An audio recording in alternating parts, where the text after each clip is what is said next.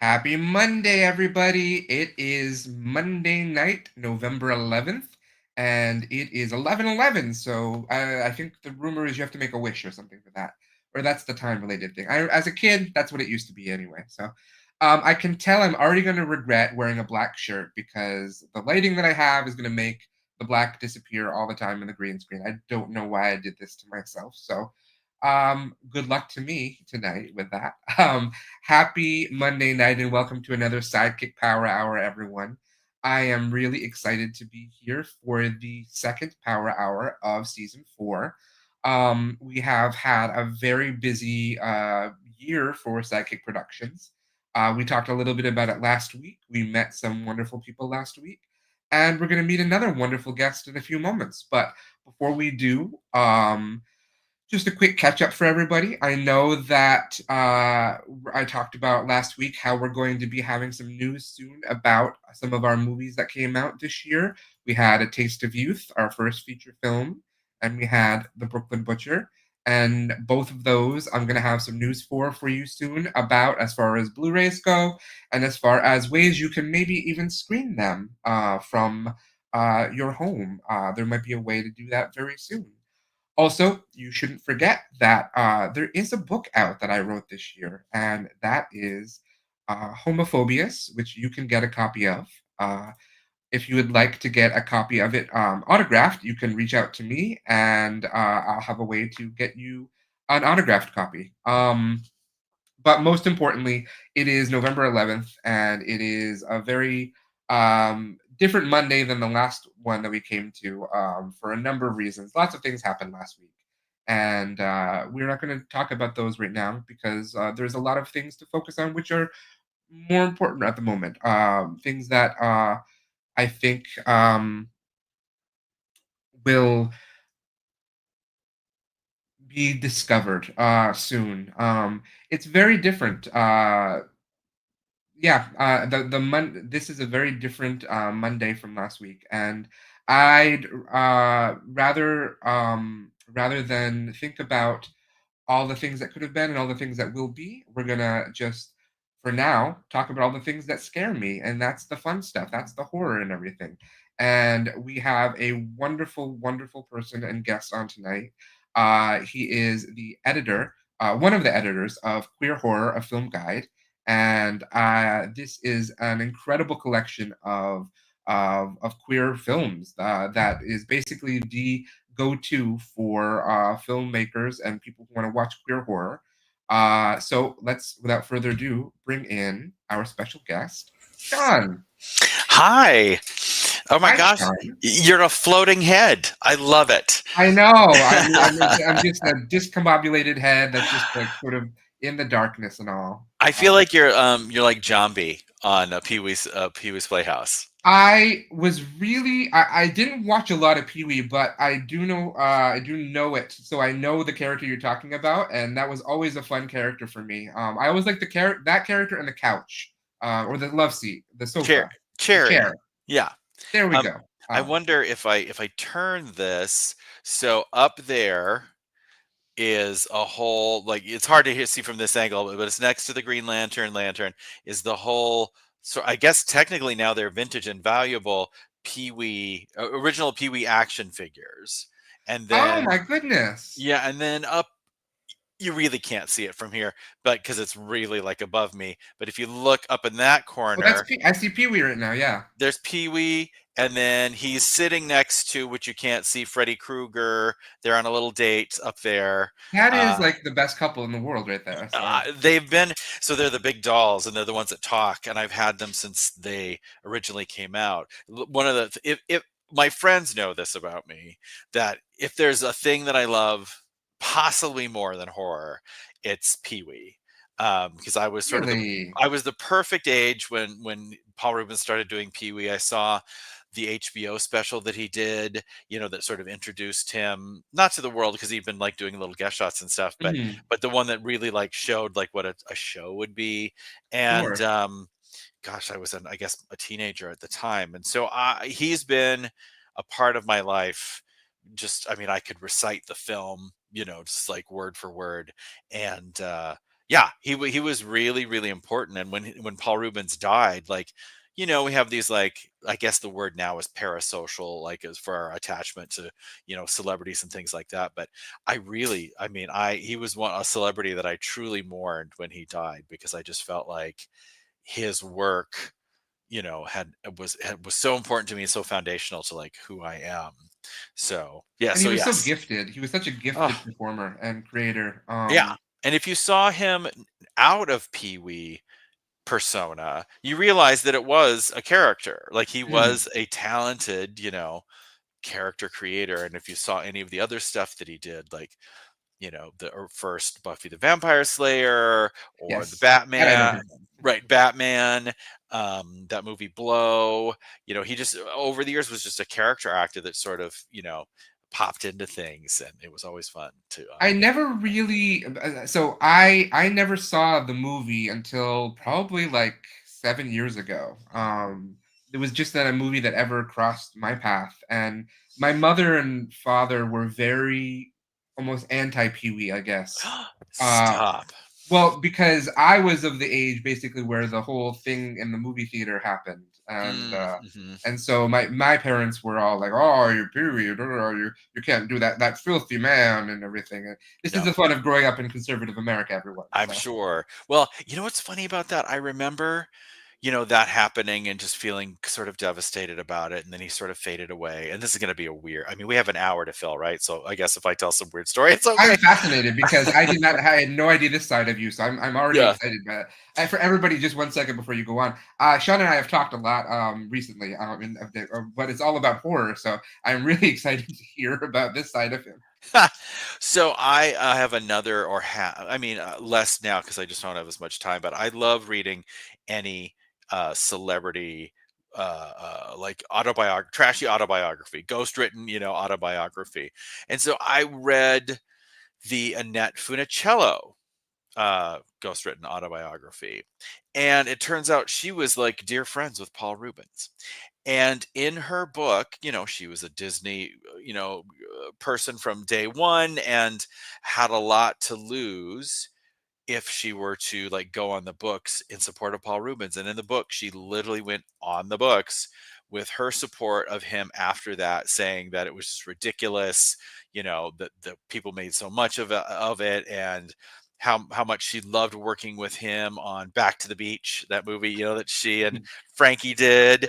Um, and how, yeah, it was so I that was a moment where I was like, oh, we don't have to automatically condemn somebody for stuff like that. I'm very suggestible when it comes to things like that, so I like will tend to go along with the like most authoritative voice in the room if I don't know Mhm. about something, which I'm, trying to still trying to break out of. It's hard though. Yeah. That's really hard because I'm the same way. I think I think I've tried to. I think since probably 2020, I've been able to start learning to distance myself from that. But it's hard. It is. It is, and especially like you and I think both know this. Like, I'm not really making films anymore, but there was a chunk of time where I was making a lot of movies, like producing other people's movies and stuff. And you, of course, have like made movies happen, and they're, to do that, you have to be the authoritative voice in the Mhm. room. And so I always felt like in those moments when I was like, because I was a pretty good producer, I was almost playing the part of a producer, if that makes sense. Like I Mhm. was, acting the part of a producer. And so then I could be the authoritative voice in the room, but other situations I like willingly just hand over that power to somebody. And I don't know, maybe you're the same way. Like it's since pandemic when we all sort of reassessed our lives after being trapped in our homes for a year. Like I've really started to work on like letting that getting rid of that impulse. And I know we don't want to talk about the election, I certainly don't, but like in this era of like politics and people like digging their heels in and like presenting themselves as the authority, Mhm. now that we have social media, like everybody's an authority, it's almost self-preservation to have to get rid of that part of yourself, right? Like you have to Yeah. learn to sift through all that as opposed to just being like, oh, okay, sure. Every week, every week somebody who was once a lawyer is now a doctor, and also is next. They're also a politician. They're everything. Right. I'm They're all, amazed by the number of people, the things that people learned in COVID. They got right. so many degrees. This is what I. Right, right. And so many people have like apparently gone to medical school to become a therapist. Yep, Like apparently they hand out those degrees in therapy, psychiatry and psychology. Just if you hit like 10,000 followers, I think yep. you automatically get one of those. I got two actually when I got hit 10,000, so it was Oh, perfect. nice, nice. Yeah, that's one thing that Everyone is an empath. Everyone is an empath. So right. It kind of drives me nuts. I actually have I get to the point, I think we're probably going to be 58 soon. So I think we're a bit different in age. Your youthful glow tells me you're much younger than I am. Your floating head tells me you're much younger than I am. I keep it preserved. So Yeah. So I wasn't like born and marinated in a world where social media gave everybody that bullhorn, right? That gave Mhm. everybody that megaphone. And so I get exhausted by it. Like younger generations, I think, get energized by it. I get exhausted by it. And I get to the point where, like, when I see these people, they're like some hot dude on Instagram and he's got, 100,000 followers and he does a like, ask me anything. And people send in questions and then they're all like questions about like, how do I blah, blah, blah, self worth, something, something. And then they like give their advice. And I'm just like, like that. And it makes me angry for many reasons, and one is just like that we've been trained that we are supposed to point our eyeballs at that stuff, and if we don't, that somehow we're missing out you know so I that's another thing that I'm changing right now, is which is going to be funny when you know that I'm a person that has literally I think 10 different social media accounts, like less of it, right? Like instead of being angry at the guy whose muscles somehow give him insight into the human psyche, I'm just not going to consume that, So, fingers crossed. no, I seriously. I mean that was something I promised myself last Wednesday morning. Basically, Mm, was that I not quite that, but I promised myself I wouldn't read obsessive news articles every single day, for like 2 hours mm, because I did that 8 years ago, and that was 4 years of hell for me. right. um, You know, I'm not gonna be ignorant about things. I'm not gonna pretend they're not happening, but I'm also not going to obsess about them. well, And it's what's fun is to realize, oh, I don't have to read Brianna Wu.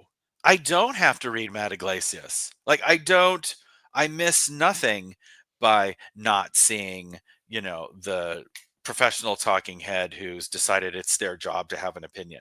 Like, which is so like, uh, I, I mean, it seems so obvious, but like you just get sucked. It's like the boiled frog, right? yep, It's like, you don't realize you're being boiled until it's like it's too late. And so suddenly your entire Twitter feed is like all of these talking heads and you feel like it's news. So which is yeah, great about Blue Sky now because Blue Sky is just for me just horror people and writers and things, and I'm like, this is amazing, yeah. and a bunch of bears as well. But I mean, that's Right. Yes. My feed is literally like horror stuff, hot dudes. horror Like, and horror. It's just together. yeah, I love it. I will tell you though, I know that people are making noise about leaving Twitter. I have finally sort of, after threatening to do it forever, but feeling like I had to keep it because, like, I write for like magazines and websites and I have a book to sell, and it just feels like you kind of have to have them all. I've gone through and I have deleted or unfollowed all of the dead accounts. Like so many people like set up accounts and then haven't posted for 2 years. So I've gotten rid of all those, and I've unfollowed every celebrity, every drag queen, every Rue girl, every talking head, and for everybody else, I've turned off retweets. I can't tell you. Like as this exodus is happening on Twitter, suddenly Twitter is like working for me, like I feel like it should. I've noticed that too, though. For me this week it's been sort of like, oh, this is I'm seeing things I've never seen before, but it's actually useful now. Right? Yeah, and I signed up on the Blue Sky, and I'm pretty committed to Instagram. I feel like Instagram's kind of my main place right now, and Twitter is broadcast only. But yeah, I think maybe, I don't know, maybe as a society, as a person, as a people, as a species, what we just went through, and regardless of how it turned out for you, right? It just feels like we got beaten up. It just feels like we've been beaten up for like the last 4 years, Mhm. as far as that kind of stuff is concerned. And I just, society has never backed off of any technological advance. Like, we're not going to get rid of social media. It's like AI. We're not going to get rid of AI. Like, we've never backed away from any of it except for possibly nuclear power. So and still, that's even still around. So it's here to stay. But I think that it's like, the evolution of the car. Like, originally there was a car and people were in it. And then as people drove and got into accidents and got killed, they're like, oh, maybe we need seatbelts. Like, so well, maybe we need airbags. And so maybe we're in like the seatbelts and airbags, like, era of social media. And we're all sort of coming out of it going, oh, right. That, yeah, we don't have to participate at that level. We can take care of ourselves. I don't Yeah. know. I might be just talking out my ass, but that's my hope anyway. I mean, we'll, I think that's a good possibility. I do think something maybe clicked a little bit, but we have some guests who are in the comments as well. Babette Bombshell, who is a lovely Uh, fan and friend of the show, and oh, Babette. I didn't. Was that something that was supposed to happen? A Pee Wee versus Elvira movie? Well, they were very close, and John Paragon, who played John B, worked with Elvira, Cassandra Peterson. Like, that whole crew all came up at the same time, not just the two of them, but like everybody around them. So I don't know, Babette. Please tell us if that was a thing that I missed that was supposed to happen. I mean, obviously she's in Pee Wee's Big Adventure for a short minute. That would have been great. Oh my gosh, And then Elvira, Elvira. that's another thing that I remember like 3 weeks ago there was a big hubbub about Elvira in on Twitter. Everyone was incensed about Elvira because she and Ariana Grande were fighting, and I'm like, good lord, how are Ariana Grande and Elvira fighting? I This is know. ridiculous. My favorite part about that is, like, Cassandra Peterson is at the point where she literally gives no Fs. Like, she is, she wrote her book, and she came out, and now she's just like, unapologetic. Like, and I don't know if she was ever gave an F, but she certainly doesn't now.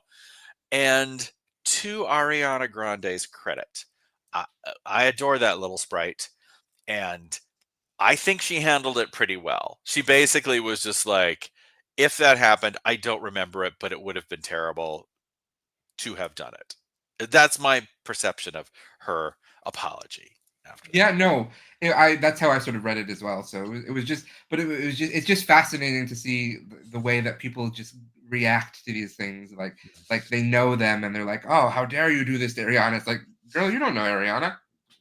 Right. Relax.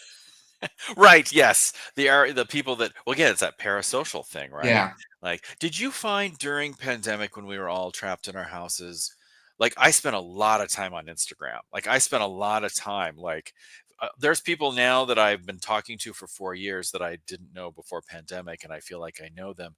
But, like, there was a time where I feel like, looking back on it, like, it was a problem. And have to give ourselves grace because it was a fucking pandemic. But, Yeah. like, I feel like, I don't know. Did you do that? Did you, like, forge, like, more social media and just, like, I electronic? didn't. What I did was I devoured horror movies. Like Mm, I never had a chance to just sit there and just watch as much horror as I did. I literally did like 3 horror movies a night. wow. For like 6 months almost. Oh my gosh, how great.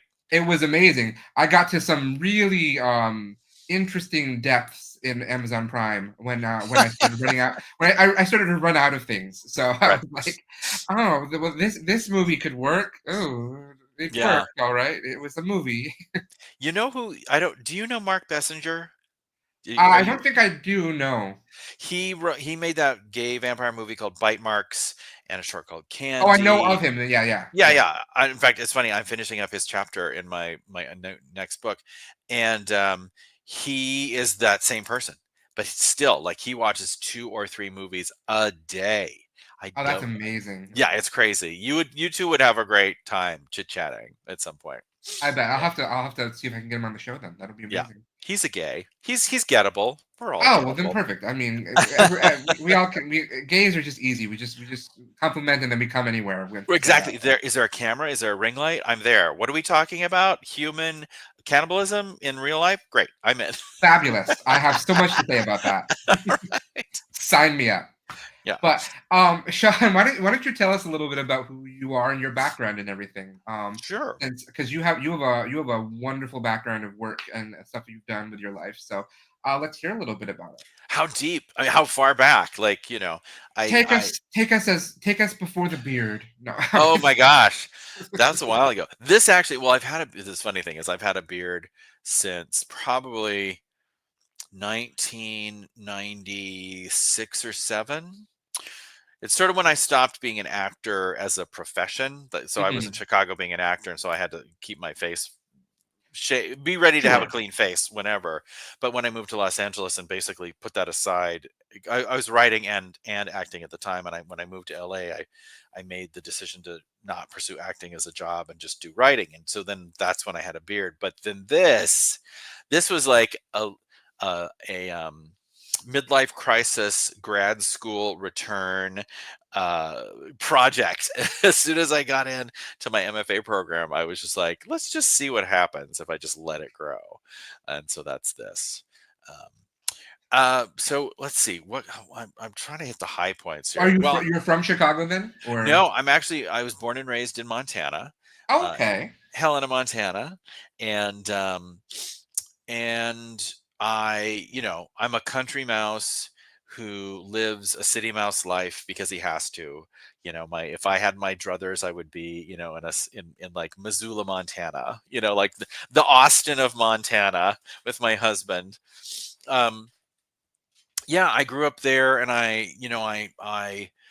had in a very liberal household, so I always knew that I was gay, and I wasn't conflicted, but I was just like, you have to wait till you get like out of high school and like Mm, move to a city, because back then, of course, you're raised in Helena, Montana. I want to call it a small town. It's the capital of the state, but you're like, you want to see what's out there, so I couldn't sure. wait to get out. So I was just like, okay, I'm smart. I know that I just have to like wait till I get out of here.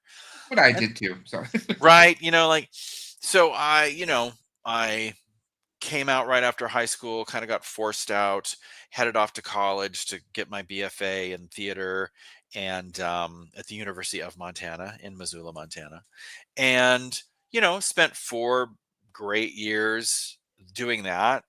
And this so that was so the two things about me are like, I'm a theater kid and I'm a monster kid. um the theater stuff, I've been doing theater since I was tiny. I had my first professional job when I was like 18 years old. And then the horror stuff, reading the monster magazines and submitting articles that were getting rejected to Famous Monsters and to Fangoria back in the day. Um and so yeah, I went to University of Montana, spent 4 years there, quit before I got my degree because I was a terrible student. All I wanted to do was the theater stuff, so I only did the theater stuff. mm, And then was like, I'm going to go to Chicago and be in Second City because I want to be on Saturday Night Live. Um, yeah, the 3 prongs of Sean Abley, I guess. Now I'm adding a prong because it was the monster kid, theater kid, but then like Saturday Night Live was. I've been watching it since the first episode. I was way too young. Yeah, so I moved to Chicago just when I was, gosh, if I probably, was I even 21? I think I turned 21 in Chicago. And really quickly just started acting and being in improv troops, and ultimately, doing children's theater to like make money. And I was spent some time, I got my union card doing industrials, we called them back oh, then, sure, yeah, training films. yeah. And I was always the bad example. I was always like the one who was screwing it up. So I was a bad example at the Always the body. way. You're right, exactly. I was a bad example for the body. Like, I was a terrible employee at the body shop, and I was a terrible salesman for pharmaceuticals, and I was a terrible person on a job site with a nail gun. Just like, one thing after another. Um, and started a theater company there called the Factory Theater, which is celebrating its 32nd, 34th year in That is operation now. amazing. Yeah. We laid some good groundwork, those of us that like started it back then. Um spent That's where I became a writer. Mm. When we started writing plays for ourselves, and for each other, and it was sort of this ensemble of like 20 something people that didn't know that you couldn't run a theater company, so we ran a theater company. Didn't know you couldn't just write plays, so we wrote plays and That's how I directed did it them. too. So it was Right, I perfect. know. I know that's your thing about the films, right? Like, I didn't know what I didn't know. None of us knew what we didn't know, and nobody was telling us no. And so we just sort of created something, and it was really just an amazing creative time in my life in my 20s. And through that, we had a lot of success. Like, we were reviewed all the time. We were in the press, and through that, I got a job at the company that does You Don't Know Jack. Have you heard of Mhm. this? Yeah, this was in the late '90s. It was the thing back then. This like CD-ROM. No, I remember. Yeah, it was a really. I didn't have it, but I knew lots of Yeah, people played it. Yeah. yeah, and it's come back over the years. Like, it's re-upped. Like, certainly during pandemic, it sort of came back. Um, and I started making the most money I'd ever made in my life, and I was making it for writing. Like, I was only writing, and I was going to work every day, and I was like cranking out this comedy trivia stuff, and like, that was amazing. I couldn't believe it. My good fortune then. Um, and that got me to Los Angeles, because doing that, Mhm. I really was like, I want to write for TV. And so when I tried to unionize the shop where we were doing You Don't Know Jack, and the president Mm. of the company was like, "No, that's not happening." He's like, "What do you want, Sean? What do you want?" And I'm like, "I want to write for TV." And he's like, "Well, let me introduce you to an agent in Los Angeles that I went to school with." Basically, like, let me get you out of here. And that's how I got my agent. And I moved to Los Angeles 6 months later with the Christmas bonus that I got working at You Don't Know Jack, which was like $2,000, and it was the most money I'd ever seen in one point in my life, like, all together at once. Like, he told me, "Oh, your Christmas bonus is $2,000," and I was like, I laughed because I thought he was joking. That's that. No, I that time I would have been like, oh my god, what? two Right, thousand like, dollars? I'm I rich. know, like, living paycheck to paycheck, never having any money, like, not, poor actor in Chicago. Yeah, and so I moved to Los Angeles in 1997 and that was when I decided to not be an actor anymore. Mm. I had this will be interesting to see what your perspective is on this, because I know that you work a lot in like fat acceptance and Mhm. body positivity with your material, and this. So I'll just tell you the story, and yeah, I would love to know your reaction. I had a very smart acting teacher who told me, if you want to be on film and TV, find yourself in film and TV.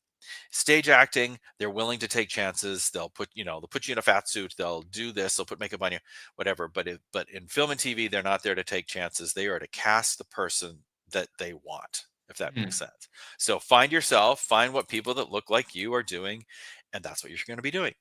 Literally 2 weeks before I moved to Los Angeles, I'm in my Chicago apartment watching TV, and there is a commercial where it's a fat guy in a Hawaiian shirt, ginger. I used to be a ginger, so that's gone. Um, and he was dancing around to the song Maniac from the Flashdance soundtrack because he loved tacos. And this is a character actor guy. And I saw that commercial. This is like 1997.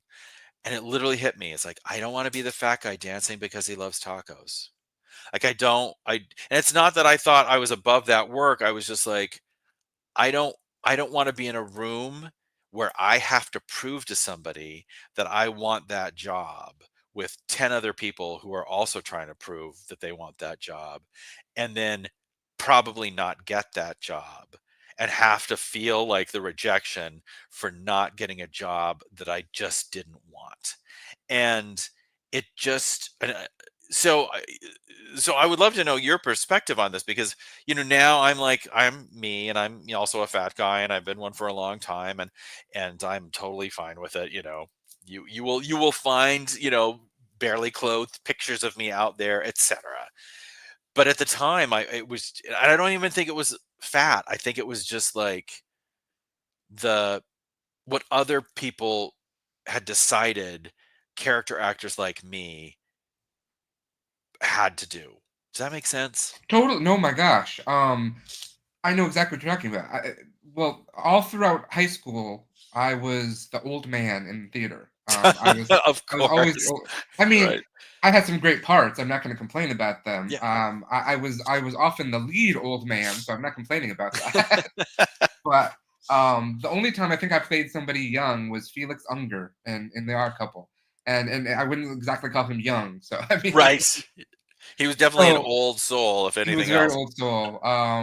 So I know exactly what you're talking about. When I started auditioning and getting called in for film and television, I'm always called in for like the trucker or the mover or characters that I don't really know how to connect with necessarily because I'm not. That's not that's not me. Mhm. And then that just leads to disappointment because when I open my mouth and what comes out is my voice, Oh, and they're like, "Oh, well, you're not right for this role, but you look trust like you me. are," and it's like, Trust me. Looking like this and sounding like I do, like I can't tell you how many people see my picture and think I'm going to be like Daddy Bear. And then I exactly, then I open my mouth and I'm firmly Mama Bear. exactly. No, I like they expect me to have be able to pick up a wrench and change a tire, and really all I can do is paint my nails. So it's not a big reason why I do what I do is because no one was giving me the parts that I wanted to play. And so I thought if no one's going to give me the parts I want to play, I'm going to give myself the parts I want to play. And I'm not going to stop until other people are giving me the parts I want to play. And I've been very lucky because I've started to find people who are building those same sort of things. But it's when I go for when I got the gig on Poker Face, all of the roles I got called in for, I did 4 auditions for Poker Face before I got a role, which was still awesome. I mean, I'm very grateful I was on Poker Face. That's Yeah. I would never think in my life that I would be in a room with Natasha Lyonne directing me. How I great. was I was this little gay kid watching, but I'm a cheerleader a million times in my high school in my bedroom, and then all of a sudden there she is right next to me directing me. So Oh, that's so exciting. but all the roles I got killed in for, they're like construction guy and mover, and it's like I'm not gonna be these roles, and it's if this is all that's gonna call me in, then I need to do more to fulfill myself as a creator, and that's sort of why I do what I do with the movies I make. So Yeah. Yeah, it's interesting because I think I inherently knew back then that I would have like I'm a very specific flavor. Like I still act occasionally, but it's like I'm not willing to cut this off. I'm not gonna I can't really butch it up. And so the for me, swimming upstream in that way was just not worth it. Like my creative outlet became writing, which I'm so grateful that I do that, and I feel like I'm decent at it and have been able to do it for a long time. And like literally, sort of every way you can write, I've been lucky enough to, if not do it for a long period of time, at least dabble in it. Yeah, I just didn't think I just didn't want to like have to bash my head on that wall. I think when you were I think the period where you were at that time, they weren't even thinking about trying for new looks and new No, people and new things.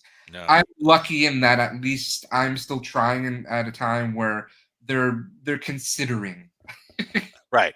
Well, and Um, and you got the ear of a casting director who was like committed to, sounds like, getting you on that show, right? Like they brought yeah, you in 4 different times. yeah, no, I was very lucky about that. I've had a couple scenarios where where that's the case.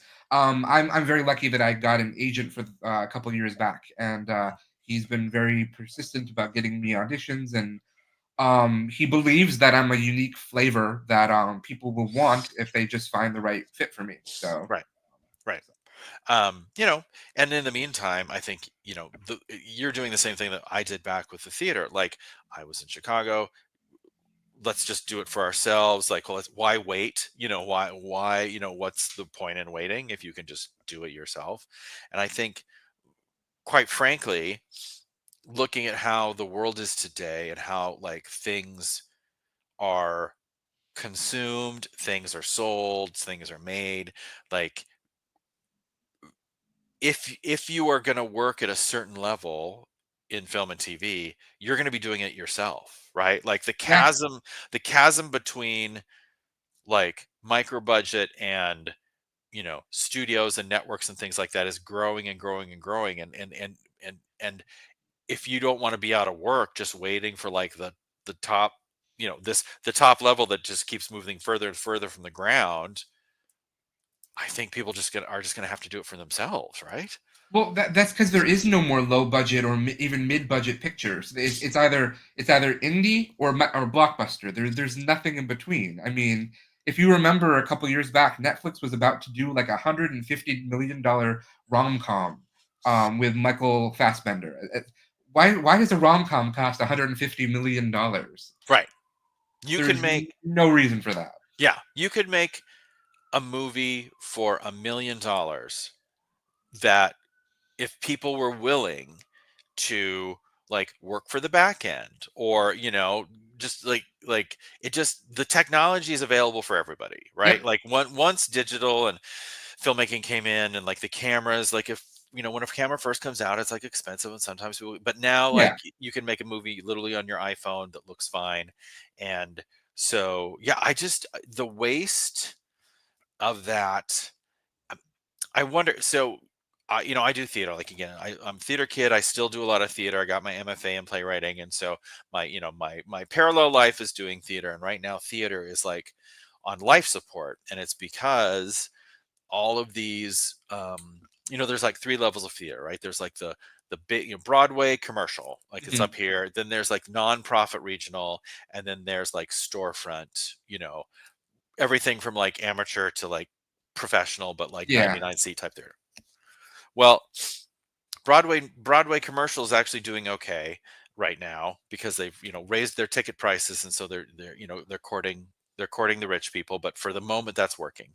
But the middle level is falling apart. All these Mhm. nonprofit theaters are like falling apart. And one of the reasons is they've been managed so poorly. And you look at, like, I always bring up the example of Steppenwolf because I'm a Chicago Mhm. guy. Um, they had to like either not rehire or fire up to 30 staff members when they had that when Steppenwolf went down, right?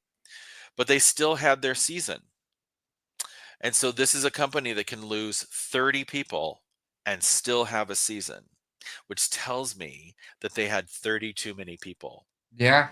right? Like, they were just like burning through money. Now, obviously, that's a little simplified, and I'm sure there But were I, no, people I that get were what you're saying, though. I mean, yeah, there's totally. I yeah. mean, If you've been on a big budget movie set, and I've been lucky enough to be on a couple, um, the waste on those sets and is just ridiculous. Like, I am very grateful to be on those sets when I'm on them, but I'm also like, wow, there's a lot of money spent for no reason right now. right. And I'm sure, I don't work at that level. When I was producing movies, they were firmly indie and firmly everything from like micro to low budget. And so, I have a different perspective, but, you can just tell. And then these things get entrenched, right? Like, Mhm. oh, we can't possibly do a film. Like, oh, we're going to bring on, this cameraman, and he's got a crew of 7 people that he just has to have. And, you know, everybody's assistant has an assistant, and that kind of thing. Um, so yeah, so what you're doing, the long-winded point is like, it's that's the future. Or no, I mean, that's not the future. That's the present, also with self-distribution. Like, I think so. I think that indie really is going to become bigger. I think that in the '90s, indie was really big. Mhm. But I was really young at the time, so I don't really. I feel this is more of an anecdotal feel rather than actually knowledge about it. But I feel like indie was like pretty hip in the '90s. Like Kevin Smith sort of lit some fires, and Yeah. everyone was doing indie basically. Right. And Clerks. then Yeah. I think that's the case now too. I think that as more and more movies are like, well, we have to spend $200 million on this movie to make it. They're gonna need other movies for the cinema, and Right. Yeah. Back then, Clerks and Go Fish, both, I saw both of those movies in a Cineplex mhm, back then. And, you know, now, yeah, it's like you make your movie and then how do you get it out there? If that's the other piece of this puzzle, right? Like, because distributors, low budget, the ones that are picking up all these indie movies are absolute thieves. Like they mhm, just, and it's not even like they're cooking the books. Like you just look at these contracts and they're just like, oh, I'm just not going to get any money. Like this, yeah, so it's sort of like I think we're on the cusp of what the home video market was, right? Like when yeah. VCRs came out and suddenly people were distributing themselves. I think now is the time for, the indie filmmaker to also unfortunately have to be a distributor. I mean, I'll turn to you. Like, how are you? You've got these two films that are making the film festival round. So right now, I assume you're not at the point where you're distributing it. No, but Um, I'm looking at that, and I mean, there's companies like Kunaki, which is a Blu-ray and DVD making like print on demand kind of company. mhm. I just don't quite understand what I'm supposed to do with it, so I'm still developing, trying to figure that out. But there's other companies like that. Yeah, Kunaki's nice because it's sort of like you print on demand, basically. yeah, There's other companies which are like they'll print for very low, so you'll buy like 100 copies and right, then you have to ship them yourself. So there's all sorts of options there, but that's happening for sure. yeah. Babette, I think, has a lot of thoughts on this too Yeah. Oh, because the death of home video and then the physical media have hugely impacted. Yeah. So you know what else impacted it is that is absolutely right. So when I was producing, it was in like the late '90s, early to mid 2000s, and the housing market crisis of the like mid to late sure, yeah, 2000s. So before then, you could find like a rich gay dentist who wanted to give you $10,000 to make your micro budget gay indie horror film. And then suddenly all those like rich people that wanted to give you a little bit of money suddenly were like, "Oh no, we might lose our house. We have to like keep our money." And so the whole indie market then just like fell apart and yeah. had to like ramp up again. But then an interesting thing's happened, and I'm going to hold up my book in a plug in Oh, publishing as well, is all of these things became democratized. You yeah. can publish, self-publishing doesn't have the stink of failure that it used to. And in fact, there's publishing companies like mine, like McFarlane, publisher of Queer Horror, a film guide, um, that are doing print on demand. I have a little micro publishing company myself. It's all print on demand. I don't have to have any stock. Filmmakers can do that as well. Um, so these things are in place, and I think it's just how we use them. And I think we're about to enter a phase where we use them in a way that's even more legitimized than it has been in the past. I completely agree. I've been feeling that the past couple months really as I've been trying to figure out what to do with my movies because it's like, do I go with a distributor? I mean, I want to be on Tubi and I want to be on Shutter, and the only way to do that is a distributor. But Mhm. at the same time, I also don't want them to own my movie for 10 years and never have the rights to it back or Right. something. Right. Like the where they get you is they just make you believe that boilerplate can't change. Yeah. Right? Like, and that's just not true. Like it can totally change. You just have to be willing. But like it's a lot of shoe leather, like Mhm. I feel like both of us should like take a moment and figure out how we have to hold our face so our glasses are not I think like I I should. have to look up like this. I have to point my chin up a little bit, so Yeah, this isn't good for me. not good for Anyway. me either. It's these cursed. I have a giant monitor, so it's always Uh reflecting. I could that's do this, I suppose. So, that Oh gosh, that looks even worse. That for me, that's terrible. Um, anyhow, um, so yeah, I don't know. It's an interesting time to be an artist right now because the middle section is just getting gutted, And and but the hard part with being indie is you need a couple people who are in the industry to just figure out ways to give you a chance. You just need some people who are like, you know what?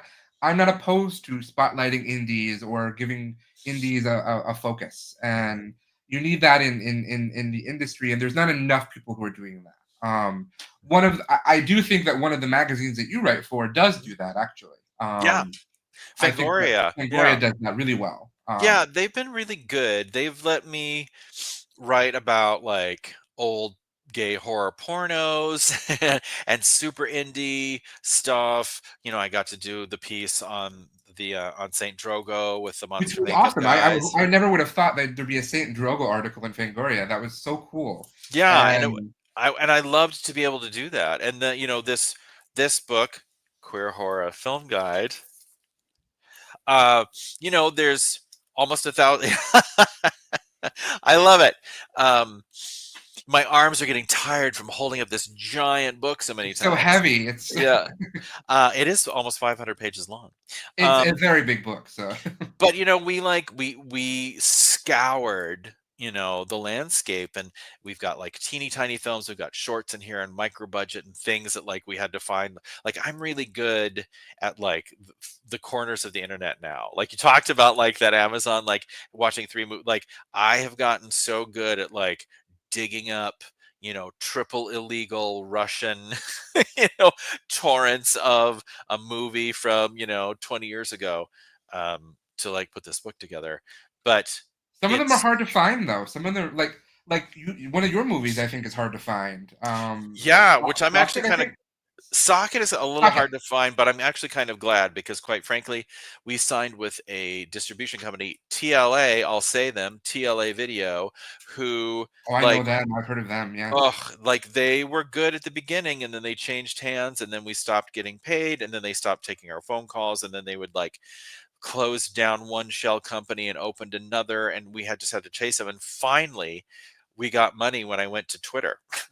like every person who's ever had a bad experience with like an airline or a restaurant, I had to go to Twitter and shame them, and then we got a little check, and that was three or four. That was pre-pandemic, I think, and we haven't been paid since then. And so if I ever find I think we're about to take it back because I Oh, think they've good. had it for so long. I think we get it back. But like, since we're not getting any money, like pirate it, like torrent it, please, like go steal our movie because It's we're one of not the ones I haven't seen on my list of gay horror, so I'm like, I need to see that. here. Manage your expectations. I call it the medium good socket. We made it for $45,000. We shot, that's all in, including all the post. We shot it in 9 days, and we found like 4 locations that could be 20 locations. So like one scene will be here, and then another like completely different location will be here, and then another completely like you know yeah, we shot 21 pages in one day. Like You it make it was, sound like I've never done this before. I this is for no, this is an education for you. This is for the children that don't understand. The children with their iPhones, right? Because we Yeah. shot this on like I want to say I don't even remember the name of the camera, but it was still on tape. Like it was one of the last Oh, movies that was on wow. like Okay. DS something nine something. I don't know. That was not my forte, but yeah, it was on tape. We were like keeping tapes and yeah, so you know yeah, steal that movie, but I'm proud of it. Like I think it was part of that little mid 2000s gay horror boom that sort of petered out when the economy ruined it, but you know it was part of the conversation. It sort of, I think, got helped inspire people to make their own better than Socket One of your film. movies, I have to admit, I watched a couple times when back in those days. Oh The god. Gay Bed and Breakfast of Terror. Oh god. They didn't. I couldn't find a lot of queer horror back in the Right. day, so Yeah. they didn't have these sort of resources. like Your Book or Boys, Bears, and Scares or things Right. like that. Like they didn't have those, so I'm like, a queer horror movie. This is amazing. I'm gonna watch like 500 times and everything. So, It, Gay Bed and Breakfast in Terror is so much fun. it It's just a fun movie. it's funny. I produced that movie, and we lived in the titular location, which doesn't exist anymore. It's since burned down. Oh, 2 weeks. We shot there for 2 weeks. It was just like 17-hour days every single day. It was like such a nightmare. And then on the drive home, I'd actually asked my ex-boyfriend to direct Socket because that was the next movie I was going to make. And on the drive home, I was like, nope, I think I'm going to direct it. And so I called him, mm. and he was actually relieved, quite frankly. Um, and yeah, and so both of those movies were on the film festival circuit at the same time. So Oh, really? yeah, so every time I went to any of these festivals, the gay festivals, I was there with two different movies, which was sort of fun at the time. The gay festivals aren't as forgiving anymore these days, but Yeah, the stakes in the festivals have risen. Like it feels yeah, like they're not. I mean, we were super like my little $45,000 movie was not ever. It didn't have a star, like it didn't have a name in it. Like we were forever like not getting the spot that like the movie with Tori Spelling got. Like yeah. um, even though I love her, I think Oh she's yeah, because like you were those all came out at the like there was that really big boom of like early 2000s like mini queer films. yeah, yeah. Because there was uh I wish I could remember all the names. well like mom I can't remember all these. I knew all these movies. I watched all of them. So Right. I made some of them. There was like I did a movie called Nine Lives, and then I did Gay Bed and Breakfast Terror, then I did Socket, but like Eating Out was around then. Friends yes, I yeah, know yeah. made those movies. Trick. Um, Oh, that's what I'm thinking of. Trick. Trick, yes. I think I do. Um, I think that's the one. Was that the one with Tori Spelling? A trick was Tori Spelling was in Trick Trick. had Tori Spelling. I think I do. I think that was Tuck Watkins was in that one. But yeah, it was like boom time. But all of those movies cost, not all of them, many of them cost like $50,000 or less. And the Yeah, conventional wisdom then was do not make your movie for more than, you know, $150,000 because you'll never make your money back. I remember I worked on Hellbent, oh yeah, and yeah. that movie cost $300,000, and I also got fired off that movie. So full disclosure. um, not by the director. The director and I are still friends today. But that movie cost $300,000, I think, and that was considered too much. And then they did a national release that cost $5 million to roll that movie out, and it was a gigantic failure. And that was another nail in the queer horror coffin. Was like that movie, like they put it into movie theaters and nobody went, and so everybody's like, oh well, that doesn't make any money. Oh, also the economy's tanking. Like, yeah, it was a I said for the longest time that like gay horror as a genre didn't exist anymore because it just felt like it had all bottomed out, to coin a phrase. How clever. No, well, there really wasn't though. I feel like from like Hellbent to like I don't know, maybe 2015, there weren't really a lot of things coming out from that. Not really. I mean, a handful of things, and of course, David Okoto is always making 50 movies at a time, and his stuff is all like homoerotic, and Here TV had Oh, that's true. The Here TV did The Lair and and Dante's Dante's Cove, Cove, and and those those sort of were held people over. yeah. Yeah, yeah. So it was sort of there, but it was like it felt like in the mid, 2006, 7, and 8, 9, like this was, pornography. That was another one that I produced at the time. Pornography, a thriller, Dave Kittredge's movie. Um, and it felt like, oh, this is going to happen. Like we're really making some inroads, and then it just sort of stopped. Alan Rowe Kelly stuff is great as well. It absolutely is, Babette. Um, I am such a fan of Alan Rowe Kelly and his movies. Another person who was just like, you know what? I'm just going to make movies. I've just decided I'm going to make movies. Um, I'm trying to remember the one, Bury Me Tomorrow. That's an Alan Rowe Kelly movie, which I really love. And oh, the one where Alan plays Beef Tina. Why can't that? Why? Oh, it's in this book. Mm. Anyway, yeah, that's another person that was like really active. Bart Mastronardi, Michael Varrati But was making movies around then. speaking of the book, before we run out of time, because we are, what is the best way to get the book? Thank you, Billy, for asking that question. Thank you, Billy Roberts, my best friend. Your book is upside down when you show that, by the way. Was it? Oh, well, that's because it's so gay it can't even stand on its own 2 feet. It's so queer. It's all over the place. Do you want me to give you a link in the chat, or are we just going to talk about it? I will give me a link in the chat, and Okay. I will put it up for everyone to see. So the 2 ways to get this book, let me say at the outset that I am not a fan of capitalism. And so I'm going to say outright that I believe that my book is too expensive. That was not my choice to make it a $75 book, $80 with shipping. So if you don't want to spend $80 on my book, I don't blame you. So you can do two things.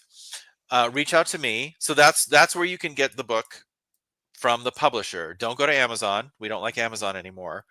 Go directly to the publisher. And or you can reach out to me on my socials, wherever you find me on my socials, and I can get you a steep discount on that book. I can get you, so again, it's about $80 total with shipping. I can get it for you at almost half that price. Just reach out to me and I'll make it happen for you. There's some discount codes that I can give you. I'm also selling autographed copies myself.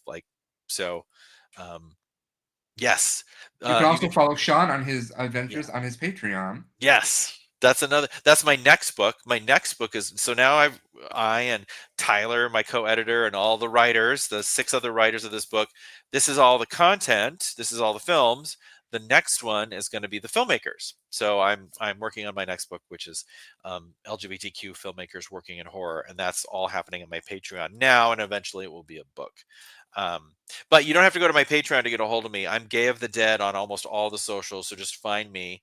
And I truly, truly, it makes me happy to get people my book at a discounted rate. So please don't feel shy. I would love to make that happen for you. I definitely think people should get this because this is the kind of thing that little gay me would have wanted desperately as a kid, to find these movies and find a collection where I could just find them all in one place and be like, oh, okay, what am I going to see next? And then just check them off, because Yeah. that is so valuable. And for whatever reason, there isn't something like that online. The closest, though, I think is Boys, Bears, and Scares, which is a great website. Yes, and Daniel's For one of our Daniel W. Kelly, who does Boys, Bears, and Scares, is one of our writers on this book, and his research was like literally the beginning of the list of our stuff. So yeah, he is a great resource. There's a couple other ones that are mentioned in the book that we resourced, gay horror like websites and stuff. So yeah, So I highly recommend you get this book because it is fabulous, and I know some of the author the films in it, and they're made by amazing filmmakers. So I highly recommend it. So yeah, please do. And the who knows? I can't guarantee this. I literally am saying this off the cuff. Time marches on. As time marches on, more and more films that have LGBTQ content, horror films, are made. So this book took us 9 years to put together, and that was like all of history up until 2021. My dream would be to do volume 2 at some point and not wait so long. and you never know. Just because we're almost out of time, so I have to say it. If Volume 2 happens, hopefully we'll have a page about the contract in there. Absolutely. Um, Well, and your other films too, and yeah. Yes, of course, A Taste of Youth and The Broken Butcher. But this is the movie that I am making right now. And Sean is one of the only people in the world who's not an actor in the movie that has read this script. So I didn't realize I was that was the case. Wow, I feel yes, you very are flattered. very, very special in that sense. So It's going to be groundbreaking. Let me just say that. It literally, like, you've been pushing the, fat positive content, but this is even more, feels like more niche. That's going to be more specific. it And really is, and that means that fewer people will watch it probably, but the people who do watch it, I think, will get so much more out of it. I So think here's the thing. Everybody who's interested in that will watch it. That's the gamble I think that you are going to win, is that yes, it is a smaller like slice of the pie, but all of that slice will watch your film. That's my prediction. I'm very excited by that. And I will take your prediction and hopefully run with it. And just because I will have to ask for everyone's help on this. We are in the middle of an Indiegogo fundraiser for the movie. So if you would like to help us, you can go to thecontractfilm.com, give us $5, give us $10, give us $1,000 if you have it. If you're one of those rich dentists that Sean knew and you want to Right. give us $10,000, fabulous. I will Right. put your name anywhere in the movie you want, and I'll tattoo it on somebody's body if I have to. So, but no, we are making the contract. It is, as Sean said, it takes everything that we do in Sidekick Productions and sort of pushes the envelope to the queerest, the fattest, the kinkiest things that I've done yet. And I'm really excited about it. So help us out at thecontractfilm.com. And Sean read it, so he can tell you that it's not bad. So It's not even that bad. It's good. there we go. We'll It's go with it. good. I'm a humble person, so Sure. I'm so humble. That's what I am. Right. Yes. You're allowed that now, but as soon as the film's made, Exactly. Then I'm always like, this right. is amazing. So, Right. but what's also amazing is the Queer Horror, a film guide, and this marvelous, gigantic book right here, put together by Sean and Tyler and all of the team that they have making it. I am so excited for people to pick up a copy of it. It is going to be very, very, very useful for all of us going forward because queer horror is here to stay, and we're going to bring it more and more. But we need to see what came before, so we can sort of honor and value it. And I think that's some of the most important stuff about recognizing history in cinema is seeing what came before what we were doing and honoring it and thanking it basically for existing, because some of these films did things that no one ever thought could happen. So Yeah.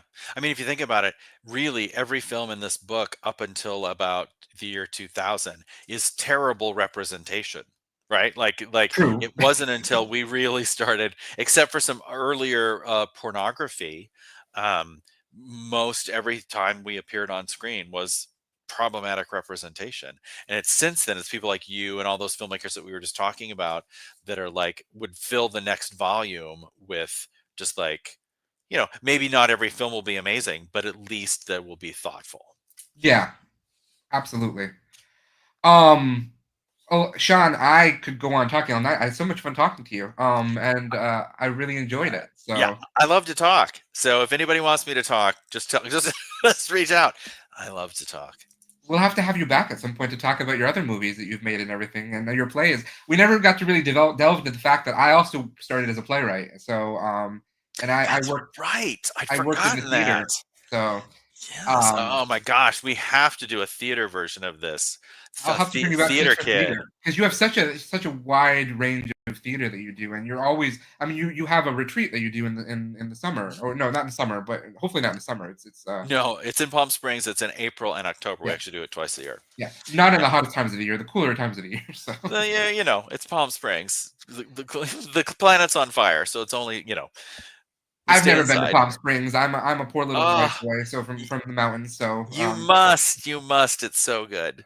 well, the Kia really wants me to go out for Western exposure with because Wes Fisher has been really supportive of us and everything. Oh, And cool. I mean, if you've been there, you've probably seen my poster at some point with my face and Oh, I have. so Yeah. so Yeah. I've been there spiritually, but never physically. Right. And yes, Nikki and I have both hung out literally in Palm Springs together. It was a lot of fun. I might be going to Vegas this year for Bigger Vegas. I don't Oh, know. fun. I'm hoping that we can do that because I'm hoping they can screen one of my movies there. So if you're going to Bigger Oh, Vegas and yeah. you want to see me there, reach out to the people who make Bigger Vegas and say I'd really love to have a screening of one of Psychic Productions movies, and that might give them incentive to ask me to do that. So That'd be cool. My very first movie I produced was screened at a bear event back in that's the day. wonderful. Which movie? A Bear's Life or Bear's Oh Story. yes, of Bear's course. Story. Yeah. Yeah. That makes sense. So Yeah. anyway, we're keeping everyone too long, but thank you so much, Sean. Everyone, if you Bigger Vegas is on everyone's bucket list, I think, at some point. I've never been, It's a but big bucket. they have a big bucket. Remember, if you want to follow Sean and support him and his work, you can go to his Patreon, Gay of the Dead, and be sure to get a copy of Queer Horror, a Film Guide. But reach out to Sean because he can help you get it at a discount and possibly even autographed. So that is the best way to do it. But anyway, Sean, you were amazing. I had so much fun tonight talking to you about all things. Starting with Pee Wee Herman, I just never expected to go in that direction. Yeah. Well, thank you. This has been great. I really did have enjoyed this. So thank you so much. You're welcome. And everyone, have a wonderful night, and we'll see you next week.